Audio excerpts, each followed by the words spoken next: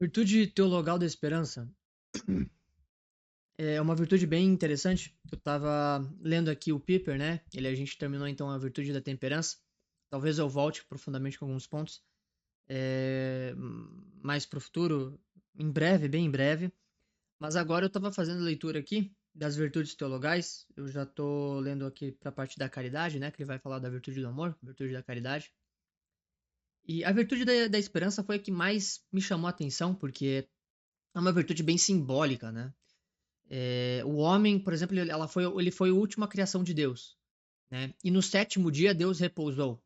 Então parece que o homem ele foi criado por Deus e ele é uma coisa bem estranha, mas o homem é uma coisa bem esquisita. Ele é o único dos animais que Deus criou que tem essa capacidade de inteligir, tem essa razão, tem essas faculdades. E parece que Deus criou o homem justamente para assim, olha o que eu criei. Agora contempla toda essa criação. Parece que o homem foi criado para contemplar a criação de Deus. Isso é muito interessante, né? E aí então, no sétimo dia, Deus repousou porque viu que tudo que ele criou ele é muito bom, né? Deus viu que tudo que ele criou era muito bom e Deus então decidiu repousar. Esse repouso, então, é bem simbólico também, né? A criação do mundo se deu em 7 dias, 7 é o número perfeito, a soma do 4 do 3, né? 3 de Santíssima Trindade, tantos outros símbolos, 4 dos 4 evangelhos, dos 4 temperamentos, mas das 4 virtudes, né? Então, assim, são números simbólicos, né, para o homem. E faz sentido, né? A virtude da esperança é uma virtude bem estranha. E é uma virtude que faz jus ao homem, que também é um bicho bem estranho, né? E muito interessante também, porque a virtude da esperança, né? Quando a gente fala de virtude da esperança e tudo mais, é, a gente tende a pensar o seguinte: a virtude da esperança é algo que se dá aqui no plano terreno, né? A gente tende a buscar a esperança aqui no nosso plano terrestre, né? Aqui no nosso planeta Terra, na nossa vida. E, assim, a gente consegue ver alguns exemplos de esperança de maneira muito clara. Por exemplo, coisas muito boas. Por exemplo, eu quero chegar na velhice com muita saúde. Quero que meus filhos sejam pessoas muito boas e honestas. Quero que eh, minha esposa se dê bem, né? Não tenha nenhum problema de saúde. Quero ter sucesso. E todas essas coisas são muito boas, muito boas. Porém, isso ainda não é ser realizado, né? Isso não é ser realizado. Fazer todas essas coisas é muito bom, mas ainda assim a gente não se sente realizado, né? A gente não se sente realizado, né?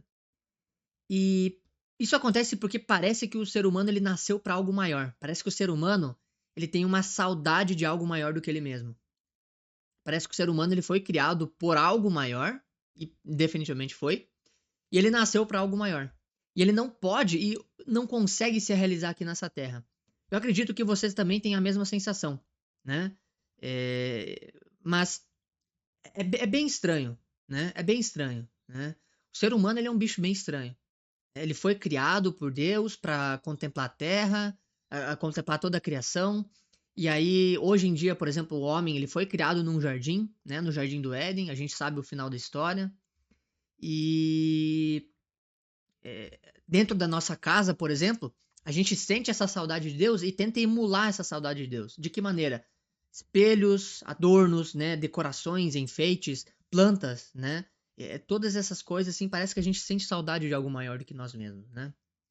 E isso é bem simbólico, isso é bem estranho, muito estranho. Isso tudo é muito estranho, né? Parece que a gente foi feito para algo maior, né? E é justamente por causa do pecado original que o homem se afastou de Deus, né? E é aí que entra a virtude da esperança, né?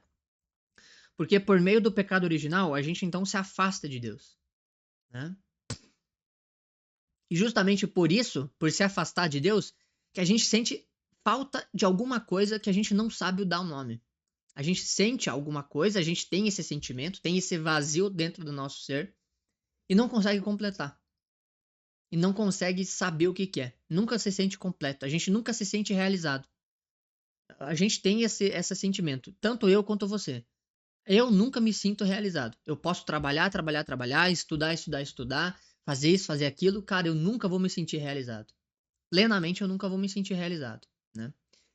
Isso acontece de uma maneira bem simbólica, né? O ser humano ele foi criado justamente para algo maior do que ele mesmo, né? Parece que ele nasceu para algo maior do que ele mesmo, né? E é justamente disso que fala a virtude da esperança, né? Parece que a virtude da esperança fala sobre não chegar na velhice com muita saúde, com honra, com méritos, com isso, com aquilo, mas justamente tendo essa ciência de que o ser humano é um ser incompleto. Então, assim, primeiro, antes de tudo, a esperança, ela primeiro tem que presumir do homem, primeiro, que ele é um ser incompleto, o que a gente é, mas também que ele tem essa ciência de que ele é um ser incompleto e que ele não consegue se completar aqui na Terra. Ele tem que ter essa ciência, ele tem que aceitar esses fatos, essa natureza de coisa. E isso é bem interessante. E isso também é muito esquisito. Porque parece que a gente nunca vai ter um final feliz aqui na Terra. E a gente, de fato, nunca tem um final feliz. Os santos, por exemplo, os grandes santos, grandes mártires, eles nunca estavam felizes em viver aqui na Terra. Se eles estavam felizes em viver na Terra, eles estavam felizes porque eles estavam vivendo com Jesus, de uma maneira assim, sobrenatural, ascética mesmo, né? Mas a plenitude deles nunca foi aqui na Terra, e sim no céu, obviamente, depois que Jesus veio pegar eles, né? Depois que eles morreram, eles puderam se sentir plenamente com Deus. Mas é interessante, porque parece que a esperança é aquela virtude do ainda não.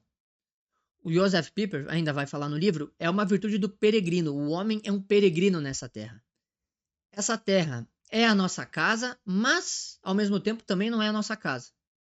Por quê? Porque o ser humano ele nasceu aqui, né? A gente nasce aqui, mas ainda assim não é daqui. E cara, isso é muito estranho. Isso é muito estranho. A gente nasce aqui, mas não é daqui. Isso é muito estranho. A virtude da esperança e o homem são coisas muito esquisitas, né? Então, assim, o ser humano, a virtude da esperança é aquela virtude do ainda não. Ainda não, ainda não. Por quê? Por que ainda não? Porque a gente tem a presunção e o desesperado. O presunçoso vai olhar a natureza das coisas e vai falar, cara, já é. Eu posso ficar feliz aqui mesmo. Eu já estou pleno aqui mesmo. Dinheiro, sucesso, filhos, isso e aquilo. Né? Então, assim, é o presunçoso. Acha que, cara, a plenitude já consegue ser plena aqui. Ele já consegue ser pleno aqui. O presunçoso não. Aliás, o desesperado não. O desesperado acha que ele nunca vai conseguir se realizar, tanto aqui quanto na vida pós-terra, né? Ele acha que nunca vai conseguir se realizar. Então, é isso que a gente dá no nome de desesperado. Ele nunca vai conseguir se realizar. E o presunçoso acha que ele já está realizado, né? É o soberbo, né? E isso é muito interessante, né? É muito interessante. Porque, obviamente, são dois pecados, né? Mas o homem, ele observava todas essas coisas, né? O homem, ele vê todas essas coisas. E aí, o que ele faz? Ele decide querer pagar uma dívida impagável com o homem, que é a dívida do pecado original. Deus não pode pagar a dívida para ele mesmo. Né? Primeiro, porque não foi ele que fez a burrada. Segundo, porque ele é Deus e perfeitíssimo. Então, o que ele faz? Ele se encarna homem e paga pelos nossos pecados, e aí a gente tem uma plenitude nova com ele. Porque antes Deus estava ali pleno com Deus. Né? Aí aconteceu o pecado original. Aí agora Deus paga essa dívida e a gente tem a nossa chance de novo de nos reconduzirmos a Deus. Né? Então a gente tem uma chance de reconciliação com Deus. E isso é muito interessante. Né? E a partir disso, o homem então consegue, de novo, conseguir caminhar com Deus. Mas, ainda assim, o homem não consegue se realizar nesse mundo. É a virtude do ainda não. A esperança, ela definitivamente não é aqui. A gente vê, por exemplo, no martírio. Pro cara morrer pela verdade, morrer ali por Deus, ele tem que ter a virtude da esperança. E, obviamente, por isso que é uma virtude sobrenatural. A gente consegue ser temperante, justo e prudente, corajoso, né, fortaleza, aqui, com atos, fazer coisas, né, ter uma relação equilibrada com as virtudes e tudo mais, e blá blá blá. Mas a esperança não. A esperança é um dom, é uma coisa que vem de Deus. Assim como a fé, assim como a caridade. Por isso que é uma virtude muito estranha, né? É uma coisa muito estranha. A virtude da esperança é uma virtude digna do homem. É uma virtude muito estranha, né? E o martírio justamente é isso. É a plenitude do martírio. A esperança é a plenitude do martírio, né? Só que é o seguinte, o martírio também é a plenitude da esperança. Porque o homem espera que a morte dele consiga reverberar nessas leis imutáveis do mundo. Somente uma pessoa muito esperançosa na verdade, no Deus Trino, poderia cometer um ato desses. Vocês não concordam comigo? Somente uma pessoa com uma plenitude tão grande, de uma virtude tão grande assim como a esperança, poderia se conduzir para o martírio. Por isso que é uma virtude teologal, uma virtude infusa, e é uma virtude muito peculiar, uma virtude muito estranha. Né? É uma virtude muito estranha. A esperança, a partir da esperança que a gente tem a certeza, cara, a virtude da esperança existe. Por quê? Porque existe o martírio, pô. Existe o martírio. Isso é muito estranho, né? Somente com aquela inabalável confiança maluca dos mártires que a gente consegue ter certeza absoluta da existência dessa virtude. Porque por meio do êxito da morte do mártir, a gente tem um testemunho maior.